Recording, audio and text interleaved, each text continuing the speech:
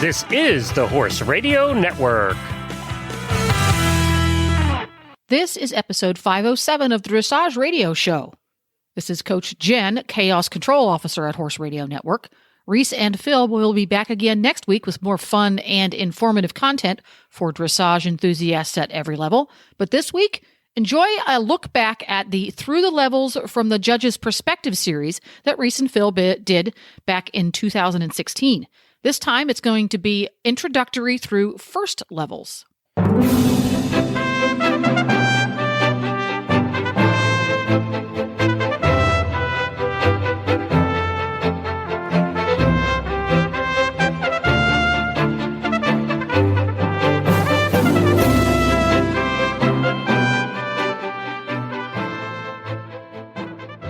Well, for this week's Total Saddle Fit Tip of the Week, we have our first installment of our How to Improve Your Dressage Test at Every Level. We have Judge Jennifer Roth on, and she's going to talk to us about intro and training level. Well, this evening, to start off our wonderful new segment of going through the levels from a judge's perspective, we have Jennifer R. Roth, Smart R judge from Ohio. She's also a very well-respected FEI rider and trainer. Welcome to the show, Jennifer. Thank you so much for having me, guys. Good to talk to you this evening. Well, we are excited because we were chatting just a minute off air, and Philip said there in Canada, you guys don't even have intro level. Yeah, we have a couple of walk trot tests. Yep. We were just all saying. Also, I just pulled my book in from the car, and so I was just sort of going through it. And unfortunately, I don't have any walk trot riders this year. So I was just saying that we didn't adopt the intro test. So I was saying to Reese the other day, oh well, intro doesn't have canter, does it? And I guess This is good. I need this segment. Right? So it's going to be perfect for everyone. Exactly. Well, Jennifer, we are so excited to have you because clearly Philip and I are not judges by any means. And we would love to just kind of get started and, talk about the purpose of the level, some of the common things that you see that are an issue. And we're going to start with the intro level. So take it away. All right, perfect. Well, I will have to say intro is one of my favorite levels from a judging perspective because it's a place where you can be super encouraging and, it always seems like the person who gets a high percentage of the show is at intro. So I like to have, a good impact on horses and riders in this place. So the whole, and looking at the purpose of the level of intro, it's basically to introduce the horse or the rider to the sport of dressage. So it's a common place that you see people just wetting their whistles in dressage. Maybe they're coming from a hunt seat background, maybe they're coming from a Western background, or they're just starting riding in general. And this is their first attempt at doing dressage. So it's a great place, an encouraging place for them to be. Or you see the horses that are new to dressage. Maybe it's a good place for a trainer with a young horse to just get in the ring, get it some good experience, some positive show miles. So it's a great place for both horses and riders new to the sport to get in the ring for the first time. And basically it's to show an understanding of riding the horse forward with a steady tempo, making sure it's not speeding up, slowing down, going, fractiously around the ring, a nice steady tempo into elastic contact, and that the rider has independent and steady hands and a correct and balanced seat. It's to show proper geometry. It's the first time, of course, that we see a 20-meter circle or a center line or a diagonal. You're learning where the letters are, basically trying to get from point A to point B in one piece, and to show, correct bend in corners and in circles. So, again, it's just a great place to start out. And I love giving big scores in intro if people are showing that they're on the right direction for how to bend their horse, what forward really is, not just running out of control around the ring. And it's also not crawling around the ring either. Doing good transitions. This is a place, they insist that you do walk into the halt for your salutes. And that's to teach the rider not to just slam on the brakes and pull backwards, but you have to think forward into downward transitions. All the transitions are between letters. So you have plenty of time, to get yourself set up, to organize, to, take your time in the transition. And they're just nice, symmetrical, balanced, easy, relaxed tests that, like I said, introduce you to some circles, some changes of direction, some walk, what is free walk. And then with Intro C, we have just a touch of canter. So the canter transition, you do a 20-meter circle, you canter on the first quarter of the circle, and then you're trotting again before you finish the circle. So it's a great place if your horse gets anxious about going up alongside, or if you have a rider that gets anxious about cantering up alongside. You're cantering and then trotting in right on a curve. So it gives people and their animals a sense of control, even if there might not really be any, but it's a nice illusion to be able to get them into and out of the canter. When the things that I see go wrong probably the most for Intro is the bending situation. Most of the time I see more beginner riders probably in this level than I do, more advanced riders bringing a younger horse in. So it's more the beginner riders that don't maybe yet have a clear concept of what bending to the inside is. They're generally, making a turn or making a circle by pulling their horse with the outside rein onto the circle instead of keeping the horse's nose looking in the direction of travel and using the leg to push them onto the appropriate, bend for the circle or the corner. The other thing that I very much see are geometry problems. If you look at the back of an Intro test, their collective marks are broken up a little bit differently than other levels. They actually have a box specifically for geometry and accuracy, correct size and shape of circles and turns. I didn't know that. So it's We get to learn a lot, has a specific. I know. I'm like looking at my test book too. I'm like, really? That's awesome. Really, there's a place just for geometry and accuracy. So it gives us as judges a good way to really isolate and point out to the rider, where their strengths and where their weaknesses were. It has, it's a rider's position. Maybe they sit beautifully, but their geometry was not really all there today. So we can tell them, you're sitting great, you're in balance, but you know what, your circles were a little bit the wrong size, or you need to be better bending on your turns, or, something like that. So it gives us, a better opportunity to kind of direct them where we want them to go. So accuracy is another big one. They're not quite sure where or how big a 20-meter circle is. And I really see that issue when you can tell people are used to maybe riding in the smaller ring versus the larger ring. Even though the smaller ring is still 20 meters wide, the distance between the letters, has varied. In a small ring, the distance from like K to E is 14 meters, where the distance in the large ring, the letters are 12 meters apart. So people haven't really looked at the math of it and really figured it out. But again, they kind of get in the general direction. You're bending sort of the right way. You're in balance. You kind of got from point A to point B. Good for you, cheerleader. Well done. And we really want Jen, people... I just wanted to bring up a quick thing is that you made a really good point, and I'm really glad you say it, is that judges in general want to give really good marks, don't they? I think people have the perception, sometimes when they go in the ring or when they get their test back, that the judges somehow enjoy being critical or, are afraid to give great marks. But I think when you sit down and you talk to most judges, and this is great that we're going to bring a few onto the show in the next few weeks, is that they're all sort of positive people that get excited about giving good marks and want to see, high marks on the scoreboards when you end up, at the end of the day sort of thing. Absolutely. I'm always looking to, give that 80%, and I want to do it. And what I try to explain to my clientele when they get the judges' marks back and they're reading their test, it does seem like everything in the boxes, in the remark boxes, is negative. And what I have to remind people is it's not that the judge is being negative, but when we're educated as judges in this country, we are taught to explain to the rider why the mark wasn't an 8, 9, or a 10. Why did we remove 40% of your score and give you a 6? Why, we can't say good in the box when good is an 8. We have to say, good effort, but lacks a little bit of bend, and that's why you only got a 7. Yeah, like you said, so it's more of an explanation than a critique, exactly. Or something that you should take personal, Personally, yeah.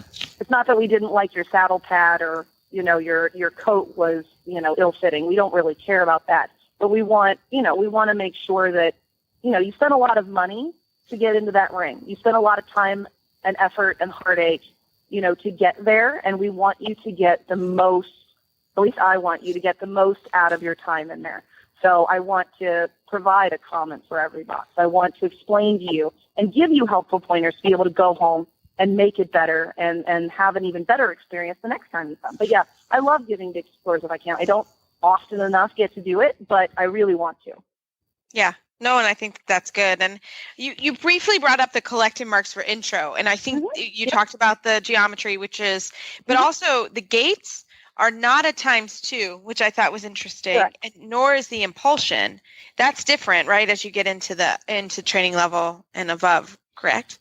I have all my tests right in front of me. I know. I pulled the book out because I thought I didn't know that. I didn't know that those actually submission is a double score. So yeah, and because submission is the thing that we want to focus the most on, I guess, in intro. That's why it's weighted twice. But because again, rhythm and relaxation are the things that we look for as the basis of our training scale. So we want to see that submissive, relaxed, horse coming in the ring, enjoying its job with a relaxed, confident rider as well. And in talking about the gate score, go ahead. I'm sorry. No, sorry. I was just going to say that maybe in a moment after this thought, you could explain submission, because I think it can get confusing. At the different levels, where in intro, submission doesn't necessarily mean nose on the ground or nose to the chest. And I think people get sort of super focused on that issue in the early test when it's not really that important. No, it's not. And, and there's been some talk about actually changing the word submission on the tests themselves, because anytime I go to like a USDF conference or a judging thing, they really do want to change the word submission, because it kind of gives the wrong impression. It kind of gives a breaking of the wills sort of feel to the word. Right. It's like submitting under a heavy hand or a greater power. And it's not really what submission about. It's about, a horse willing and wanting to work for the rider, and doing so with a quiet mind and a quiet body. So, there's, like I said, been some talk about finding a different word or a different phrase that better encapsulates that idea versus, cranking head down and making it do it against its will. Because that's not the point. That's not why we do this. Right. Maybe some, but not the majority of us. No, we try not to. Exactly. Yeah, exactly. We try to avoid that. Absolutely. And I think talk to us about the horse sort of being on the bit at intro level. I think this is also very confusing. So can you tell us a little bit about what you think about that, with the horse being on the bit? Sure. And actually, that's a very interesting thing, because in all of our education things, we're actually not allowed to talk about a horse being on the bit until we get to first level. It's not a requirement. If you look at the purpose of the test, it's not a requirement. Now, are you going to get a better score if your horse is accepting the contact with its nose slightly in front of the vertical, it's at least in level balance, maybe even the pole the highest point? Sure, that's going to get you a better score. But is it absolutely a requirement? No. So, it does have to be in level balance. We don't want to see horses going around, with their poles really low and then being downhill, because, again, we're wanting to develop horses and riders that move up the levels. So we want to very early on instill that idea that it has to, move freely forward and in level balance, all that other stuff. But it's just generally, going out softly and elastically, accepting, a little bit of contact with the bit. But again, it's not a requirement that it's nose beyond the vertical or slightly in front of the vertical. You can still do quite well, and I've had many clients do quite well with their horses as long as they're steady in the hands and they're going out to the bridle and they're moving forward and they're bending the correct direction. Win intro all day long, So, and that's, again, we're trying to instill basics that will carry on through the rest of the levels, not trying to teach people to seesaw their horses' faces to drag their noses in because they think that's what the judges want to see. We don't. We don't want to see that force behind it, So we'd rather see a soft, elastic, forward, relaxed, correctly bent ride than a nose cranked in, chomping horse, unhappy sort of situation. Does that answer the question?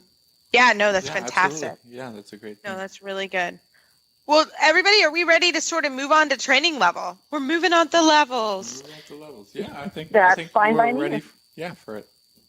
So Jennifer, talk to us. So now we're changing gears. We're up the next rung. So what's the purpose of training level? Okay, so the purpose of training level is to, and this is something, again, they changed the test a couple years, 2015, and they revamped the purposes of the test, which I think is absolutely fantastic. So they added in the whole idea, the purpose of training levels is to confirm that the horse demonstrates correct basics. Now that's new, and I think that's a very good distinction to make, that the horse is supple and moves freely forward in a clear rhythm with a steady tempo, accepting contact with the bit. So again, it's that idea that, correct basics of thinking rhythm, relaxation, bending, stretching to the hand, being eager to going and finding the contact with a relaxed mind and body. Again, just a horse that you can see it is receptive to, coming in, doing its job, happy to help the rider, going around the ring in a clear and steady contact and being all squishy and happy. So squishy is not a real dressage term. Don't quote me on that. But. Right, squishy and happy. We like it. So what are some of the requirements movement wise, and now we're talking training level? Sure. I mean, it's again basic walk, trot, canter. No circles are smaller than 20 meters in both the trot and canter. All the training level tests have, walk, trot, canter, obviously both directions. They removed the stretchy circle out of training 1. And I think the reason the Lord. You're not the only one that thinks that way. Yeah, it was to make the gap between intro and training a little friendlier. People got a little, felt that throwing the reins away if they weren't quite ready was a little daunting. So, removing the stretchy circle kind of gives it a little bit of a warmer, fuzzier feel per se. But the stretchy circle is a requirement in both the training 2 and training 3. And again, there's no real movement. It's just, cantering a circle each direction. Training 3 has that loop, the gentle loop from the corner letter to the X and back. And that's just to demonstrate clear changes of bend that the horse is laterally supple. You go across the diagonal. Again, the walk is a medium walk and a free walk. And your halts, again, can be done through the walk. And I actually encourage my clients to take a couple steps of walk into and out of the halt. You're not, you don't have to slam into it. It's not a requirement that you go trot, halt, and, halt, trot. Take that step or two of walk to settle the horse and let it relax into it. Because, again, you want to be thinking forward into a halt transition, and then letting it take a walk step or two, coming back into the trot. So it's a smoother performance, keep things fluid. And again, it's just on the bit is not a requirement. It's level balance. It's accepting contact with a bit, moving freely forward. Again, it's just the idea of not being constrained. Of course, if you want to get that 80%, your horse is probably going to have to be on the bit and be, a decent mover, a good mover. But yeah, it's not a requirement. But you have to be bending to the inside, to get a good score. Your transitions have to look fluid. Having a horse that is, appropriate mover for dressage is always a good thing. As a judge, the first thing we look at is the quality of your horse. Our score starts with the quality of your horse. So if you have an 8 mover, you're going to start with a baseline 8. Now, if you do something fantastically, then your score can go up. Or if you do something not so fantastically, your score is going to go, down a bit. But if you're only starting with a 5 or a 6 mover, then it's harder to get, on those, some of the movements that require a good mover, a higher score. But again, training level is just a place where, horses and riders are just getting used to the idea. And actually the gate score nowadays, through all the, at least, that I have here, intro training and first level, the gate score is only 1. So it's only times 1. It's not a double coefficient anymore. So it's not as heavily weighted as it used to be. That's something else they changed in 2015. But submission and impulsion are double coefficients. And then the rider's position and seat is also a collective mark.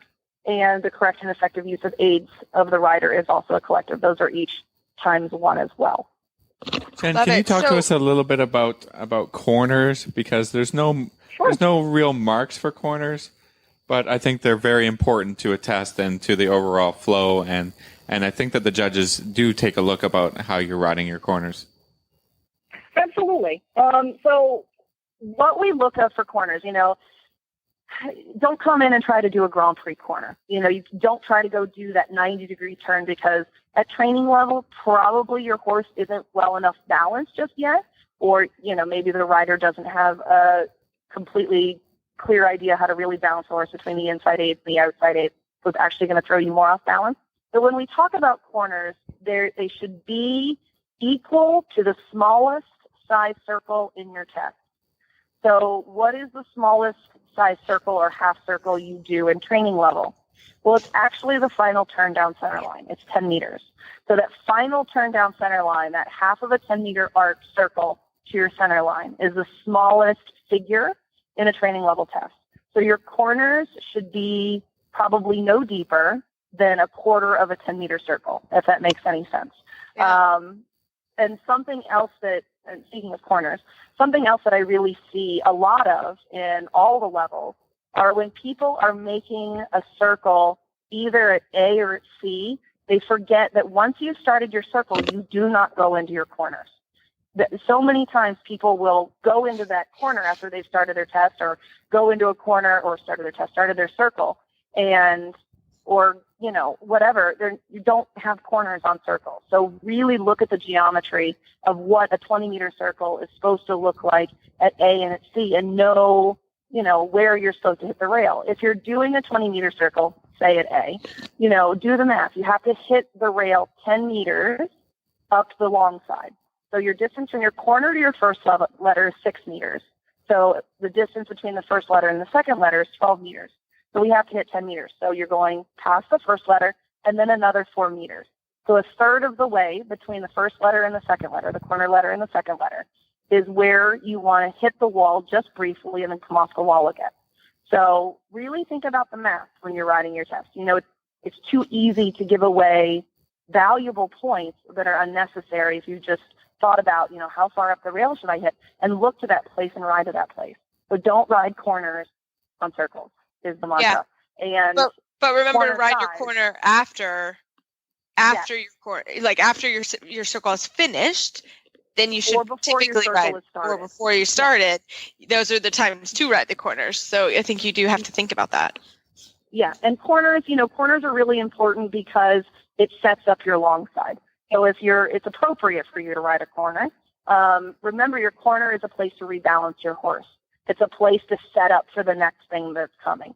So don't skirt the corner because you're in a hurry to get out of the ring, because you're nervous or whatever. Use the corner as a place to set up the next movement, rebalance your horse to the long side, get the horse's attention back on you, establish your bend. I really like the corner, especially coming from the medium walk back to or the free walk back to the medium walk, because I like to really use that corner, get nice and deep in that corner, because it adds extra strides and gives you a little bit more time to set up for that transition from the medium walk back to your working trot. But yeah, corners are a very important place that people often fail to utilize, and it comes back to haunt them because they're not as prepared for what comes next in the test for sure. Right. So I have one question on the stretchy circle. The stretchy circle gets people all the time. Could you talk to us a little bit about that stretchy circle? Absolutely. We could talk for days on that stretchy circle. Yeah. The horrible. Yes, we could have a whole segment on the stretchy circle, but a brief. What are you looking for in the stretchy circle? Okay, well, no problem. And actually, interestingly enough, the stretchy circle, when it first appears in Training 2, is not a double coefficient. It is a double coefficient in Training 3, but it's not a double coefficient in Training 2, which is nice, so that, again, people get the idea without maybe getting crucified if they're not quite doing it right. So, what we're looking for, again, people pull out your test, read your test, not just the test in Winnie Widgets or whatever, but actually get the physical test, because if you look at the test sheet you get back, right next to each movement or box, there are the directive ideas and what the judges are looking for. So when you look at the stretchy circle, a forward and downward stretch over the back into a light contact, maintaining balance and quality of trot, bend, shape and size of circle, and willing calm transitions both into and out of the stretch. So a thing that I see all the time is people throwing their reins at their horse and praying that it works out okay. And that's really not the way that, you should be doing it. Again, this is a place to go back into the idea of the purpose of the level of training level to confirm that the horse demonstrates correct basics. Now, a correct basic, is that the horse is seeking the contact. And what we're looking for is that when you relax the reins, if you give it a little bit longer rein, the horse still seeks the hand. It stretches forward and downward, looking for you. And we want you to keep a light contact. We want you to still be functional in the stretchy trot. You still should be bending it. You still should be half halting it. You should still be keeping communication going with your horse. All too often, like I said, I see people come to the stretchy circle. They throw the reins at it. They pray it works out. The horse speeds up, looks to the outside, sort of puts its head down, and then does a wilderness alert and is looking off into other places in the show ring or the warm up for its friend, whatever. And, it didn't have to be that way. So keep a light contact, play the bit, encourage the horse to stretch forward and downward, make sure the tempo doesn't vary. It can't speed up. It can't slow down. But like I said, the thing that I see the most of is just throwing the reins at it. Don't throw the reins at it. No. Speed it, slow it out. So, and also something about the stretchy circle I think people don't understand is that break it up into quadrants. So there are 4 quadrants of the stretchy circle. The first quadrant, the first quarter, is to develop the stretch. All right. So you have that first quarter of the stretchy circle to start to give it the reins, get it down into that nice stretch. And the second and third quadrants are to demonstrate the stretchy circle. So the second half of the circle, or the second and third quadrant, you're demonstrating the stretchy circle. And then the last quarter of the stretchy circle, you're reorganizing the horse. So you're starting to pick it up. By the time, when you hit the center line, reapproaching, the side letter, for instance, you should be shortening your reins and putting the horse back together. It's not wait till you get back to the letter to pick the horse up. It needs to be back together by the time you hit the letter. And that's something everybody seems to forget as well.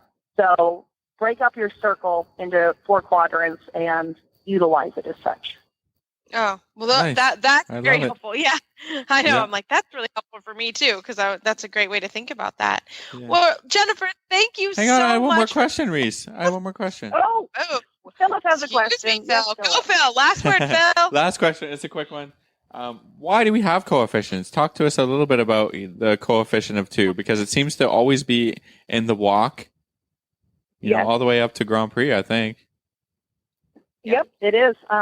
Well, for a couple of reasons. Well, so in different places in different tests, they put the double coefficients because those are the places that they want to stress importance. Now, the walk is a double coefficient. Some people will say it's the most important gait. Some people will say it's only because we don't see very much of it, so we have to weight it, times 2, because we see a lot of trot, we see a lot of canter. We don't see a lot of walk. And I think it's a combination of both. It's an extremely important game. And, also we don't see very much of it. So it's always heavily weighted in all the tests. And then in all the other tests, you have double coefficients in different places because they wanted to stress that area. It's just to draw attention to places that the test riders and, for the basics and purposes of the test that are important. So like in training 1, the first circle to the left is a double coefficient. The free walk is a double coefficient. And then the right trot circle is a coefficient. So double coefficient. So they want people to focus on that. And then it changes up a little bit, like for training 3. They want to stress a different area. So it's the stretchy circle and it's the free walk in training 3. So, it's to show importance. It's to make people pay attention. They think that so it's, I they just wanted make it worth. people to practice those things because Yeah. they are double important. Mm-hmm. Mm-hmm. Yeah, they are doubly important. So, and the same thing with behind, the collective marks, impulsion and submission are both double coefficients. gaits, rider's position, and correct and effective use of aids, those are only single coefficients. So again, they're stressing the importance of impulsion and submission. Again, we don't like that word anymore, but impulsion and submission, because they're really important. The other stuff you can, vary just a little bit. We hope it's all good. We want to give everybody 8, but if it's not, then we want to be able to explain to you why. Awesome. Excellent. Thank you. Well, Jennifer, thank you so much for doing our first segment on our going through the tests in intro and training level. How would our listeners find you online? Well, I'm always on Facebook. I'm kind of addicted to that one. I'm Jennifer R. Roth. There are 2 Jennifer Roth, so I'm the Ohio one, the lowly R, small r. But Jennifer R. Roth on Facebook, and my barn, my LLC is Milestone Farms, also on Facebook. So feel free to come and like my page. Awesome. Thanks so much, Jennifer. Thank you so much, guys. It's been fun. Well, it's a hot one out there, and the heat wave has hit much of the United States and the rest of the world. Well, don't let dehydration and electrolyte imbalance sideline your horse. Summer Games electrolytes are formulated to replace both the electrolytes and the trace minerals that are lost when your horse sweats. Its concentrated formula allows you to easily feed the correct amount to meet your horse's changing needs. This electrolyte was developed for the equine athletes at the 1996 Olympic Games in Atlanta. We all know that it can get hot in Atlanta. For horses on the go, use Summer Games Electrolyte Plus Paste. Each dose contains a serving of Nalox equine antacid for double the protection against stress. And of course, you can find all of that at Kentucky Performance Products. They take out the confusion of choosing the right supplement. And you can find them at kppusa.com. That's kppusa.com. So for this week's Total Saddle Fit Tip of the Week, we are at first level in our segment that we are running. Philip, this was your idea, and I think it is fantastic. I really have already used a bunch of the tips that we talked about last week in the training level segment. So this week we are talking again with Jennifer R. Roth on first level, and I hope you enjoy, because again, I think this is a great series, and I'm really enjoying it for myself and all my students. So enjoy Jennifer's discussion. Well, we are so excited to have Jennifer R. Roth, small R judge, an FEI rider and trainer, back on the show. Jennifer, welcome back. Hey, thanks, guys. Thank you for inviting me again. You did such a great job last time. We just thought, let's do it again. Oh, go on. No, thank you very much. I had class, and it's so fun to chat with you guys this evening. I'm excited. Well, so we are continuing our series on the judge's perspective and what we're looking for at each level. And now we're moving up the levels, and we are at first level. So talk to us a little bit about what is the purpose of first level. Sure, absolutely. All right. So the purpose of first level, and I'm taking this directly from the test that everybody receives back after they ride. And I want to reiterate the idea that people need to get their tests out and not only read the purpose of the level, but read the directive ideas next to each movement, because there are some wonderful pointers there that I think people oftentimes forget about. So I'm taking this directly from a first level test. It's to confirm that the horse demonstrates correct basics, and in addition to the requirements of training level, has developed the thrust to achieve improved balance and throughness, and maintains a more consistent contact with the bit. So again, back in 2015, they revamped all the purposes of the levels. And I think an important thing that they added to the whole purposes of the levels is the idea of demonstrating correct basics. And the whole idea that we build from one level to the next, that they're stepping stones. And they actually stated here in the purpose that they have done well at training level. They've confirmed the requirements there, and now they're ready to move on to first level and have developed thrust. Now, when we talk about developing thrust, first level is the place we first see lengthening in both the trot and the canter. You'll see lengthening both directions in all 3 of the first level tests. And it's, improved balance. So we're starting to talk about, the horse being in better balance than maybe we saw at training or intro. and that maintains a more consistent contact with the bit, that it's starting to be steadier in the bridle all the time. Again, we were a little bit more flexible at intro and training level. We're starting to have, a little bit higher standards coming first level. So that's going to be the purpose of first level. And what I also want to let everybody know, and probably everybody's caught on to this if they've thought about showing a first level test, all trot work may be ridden rising or sitting now. It used to be a requirement that you had to sit the trot at first level. That is no longer the case. Hasn't been for a couple of years now. And that has, again, that was done more to save like the horses' backs and to encourage people to ride more forward and all of that other good stuff. And it's made it a bit more of an inviting level to most people because they see that sitting trot as a daunting task if you have a big mover or if you're just kind of learning the whole sitting trot. Again, rising, you can rise or any combination of rising or sitting throughout first level tests unless it's a requirement to rise, which is, of course, the stretchy circle. But I tell people, people ask me all the time, can I rise and can I sit? As long as it does not disrupt the performance, as long as you're not randomly throwing your horse off balance, you can rise and sit whenever you want. You can rise 3 strides, sit 6, rise 7, sit 2.5. As long as it's not altering the balance of the horse and distracting from the performance, you can do whatever you want. Yeah. Just a quick question about that. Sure. Yeah. How important is it to be rising on the correct diagonal? How much do the judges look for that? Interestingly enough, there's no rule that you have to be on the correct diagonal. The rule states that you have to change your posting diagonal when you change direction. They kind of didn't put in the fact that you have to be on the correct diagonal, at least not the last time I checked. That may have changed. Again, if it's not altering the balance of the horse, if you are posting on the correct diagonal and it's not making the horse unbalanced, we don't say a word about it. Wow. So, yeah. I mean, it's aesthetically more pleasing because it's more traditional to post, on the outside diagonal. But again, if it's not doing any harm, then no harm, no foul.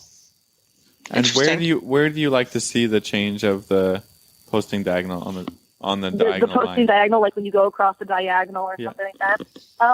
What I always tell riders, if we're referring, especially because it's his first level, the lengthen trot, I like to tell people either do it before you start the lengthening or do it after you're done. Don't do it in the middle or anywhere in before or, before you're, don't do the change of diagonal while you're doing your lengthening, because the chances of you throwing your horse off balance or disrupting, the lengthening are pretty great if you randomly change your posting diagonal in the middle.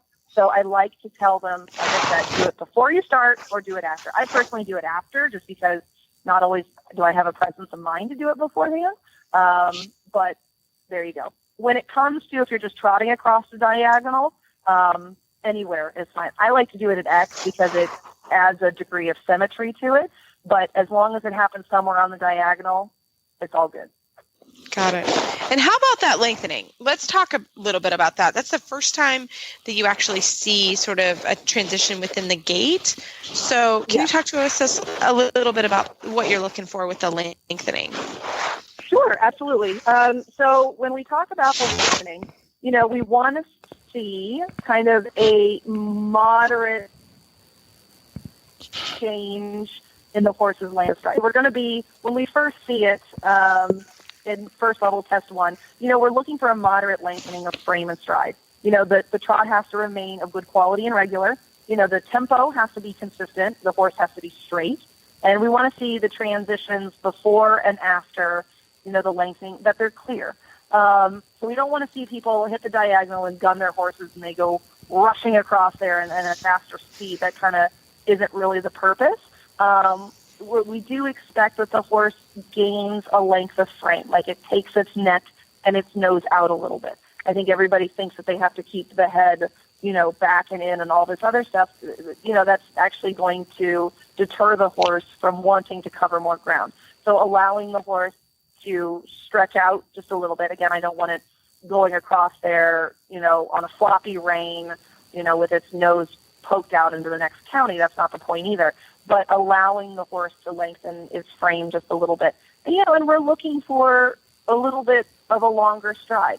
it doesn't have to be, we're not going to hold you to the same expectation that we were an extended trot in third level, but, it's a place that we're starting to ask for, like you said, a change within gait and covering more ground without speeding up, and maintaining that quality, and not getting off balance in the middle, just balanced and steady and covering more ground. Don't chase it. Show us a difference too. You know, sometimes people go across and don't honestly do enough or try to do enough either. So it's important that they remember to actually ask for a little bit of something too. And it is a place, that horses are just learning how to do it. So we expect that it's not going to be perfect, but we definitely want to see some effort. That makes total sense. And how about the next thing that you see in first level test 2 is the leg yield. It's the first time you're going to do that. Yeah, the leg yield. Can you tell us a little bit about what you're looking for with that? Sure, absolutely. So I like to call the leg yield in first level test 2 a gentle meander, because it starts at L to the corner letter. So it's from L to M and then L to H. So it's 3/4 of the long side, which to go 10 meters sideways, 3/4 of the long side is not, there's not going to be a lot of crossover. It's more forward than it is sideways. And the whole purpose of the gentle meander at first level test 2 is, to demonstrate control and alignment of the horse. We want to see that the horse is controlled going forward and sideways in a straight way. And that you have control of that shoulder, that the horse is aligned with reference to the long side, that you're remaining relatively parallel to the rail with the horse slightly positioned away from the direction of travel. And remember, leg yields don't have stance. They have positioning. And oftentimes I'll see somebody come down that center line for their gentle meander, and the head gets cranked around to the inside, and they shove the horse sideways. And inevitably, when you bend a horse in the leg yield, you lose control of that shoulder, and now we've got a crooked gentle meander instead of, the whole point of a leg yield, which is a straightening and control exercise, has gone out the window.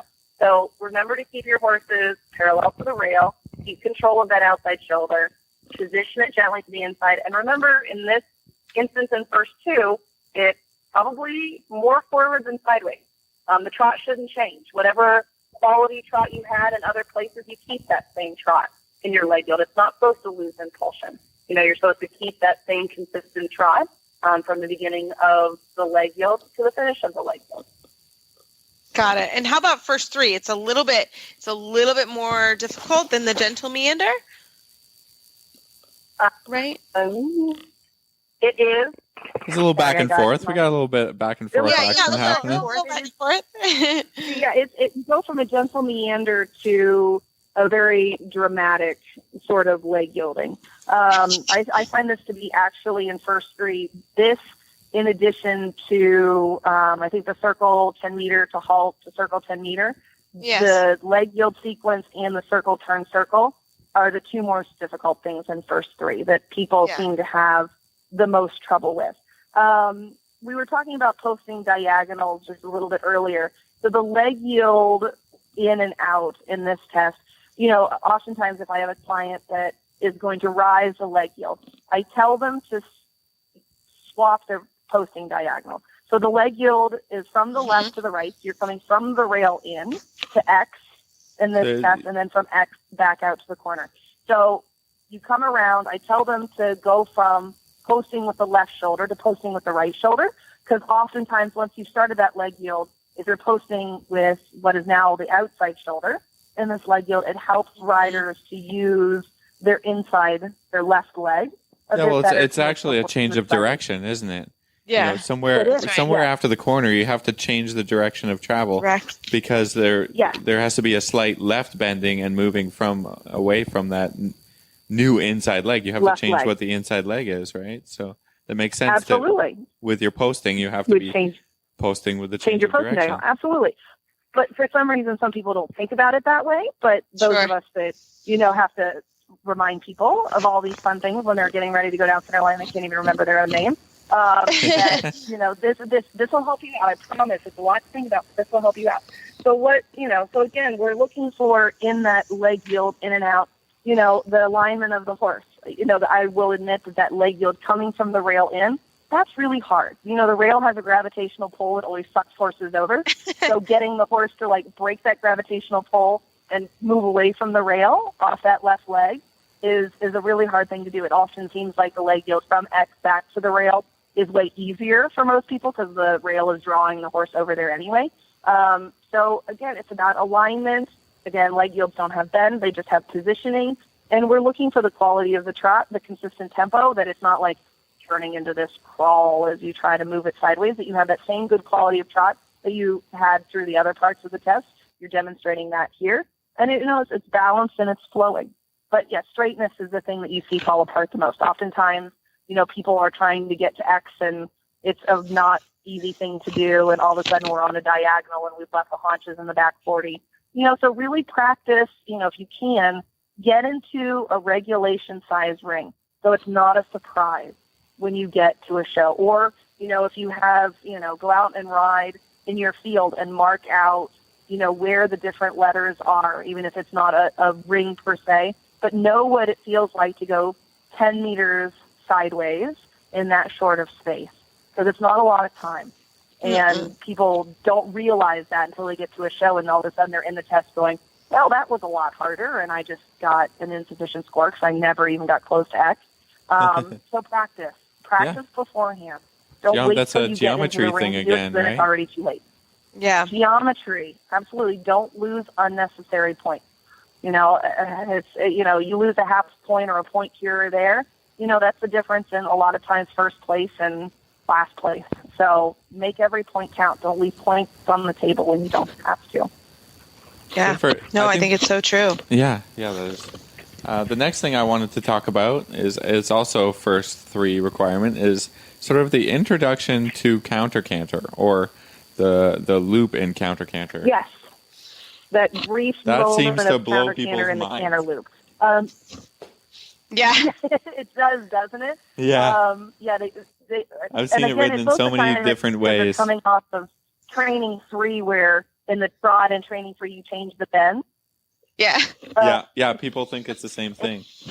So exactly, and it's not, because especially if you're riding a horse that, if you're lucky enough, has more training and maybe a flying change, if you go across there and you pull on the outside, pull its head the other direction, all of a sudden you've got a lovely lead change that is definitely above the level and not what we're looking for, and we can't give you extra credit points, unfortunately. So yeah, it's sad. I know that was a lovely clean change, but it doesn't work. Not. No. So yeah, it's the first introduction of counter canter, and it's just a couple strides, a little bit right before X, at X, and after X. But like counter canter, you have to keep the bend towards the lead. So if you're doing the loop to the right, you want to keep that right bend all the time. And again, it's just a few steps to counter canter. It's the first introduction to it. You want to make sure you stay sitting into the bend. Maintain the degree of bend that you would, normally for the lead.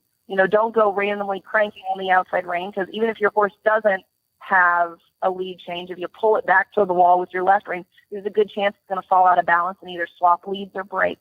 So yeah, really think about maintaining the bend. And it's, again, just a soft arc. People either try to ride it like a triangle, like it's a broken line, and then all of a sudden, the degree of difficulty just got way harder. And again, we're breaking or swapping or doing something we're not supposed to be doing, and then we're not getting that 8 that I want to give you. But ease in, ease out, and make sure you get to X, because that is the line that I am sitting on. I am sitting on the center line, and I will be able to tell if you don't touch the center line. So get there. Yeah, that's a big one. Well, fantastic. Well, Jennifer, thank you so much for going through first level on our journey up the levels with the judge. And if our listeners have any questions or extra questions for you, how would they find you online? Find me on Facebook. That is usually the place that I prowl and stalk other people the most. On Facebook, I am Jennifer R. Ross. There are other Jennifer Ross out there. But I am Jennifer R. Ross on Facebook. I also have a farm Facebook page. It's Milestone Farms. And you can like that page. That would be awesome. and I'm redoing my website. So hopefully by the next time I talk to you guys, I will have something useful there that I can send people to, but not quite yet. Love it. Awesome. Well, Jennifer, thank you so much. This was fantastic. And both Phil and I learned stuff. We really appreciate it. Perfect. Well, thank you guys again for having me, and I look forward to talking to you in the future. This episode sponsored in part by Total Saddle Fit, home of the shoulder relief girth, 6-point saddle pad, and stability stirrup leathers. It has been the mission of Total Saddle Fit to bring equine product development into the 21st century by developing products that solve real problems in really effective fashion. Every product they sell is covered by their amazing 30-day, 100% money-back guarantee. You can go to TotalSaddleFit.com to learn more and also take advantage of their free shipping. TotalSaddleFit.com. And that's a wrap, everybody. Tune in again soon for the next episode of the Dressage Radio Show. You can find it on all of your favorite podcatchers, iTunes, and on the Horse Radio Network app. To find it on the app, just go to your app store, search Horse Radio Network, and download it today. It's free and easy to use, available for Android and iPhone. For the less tech savvy in your life, help them download it too.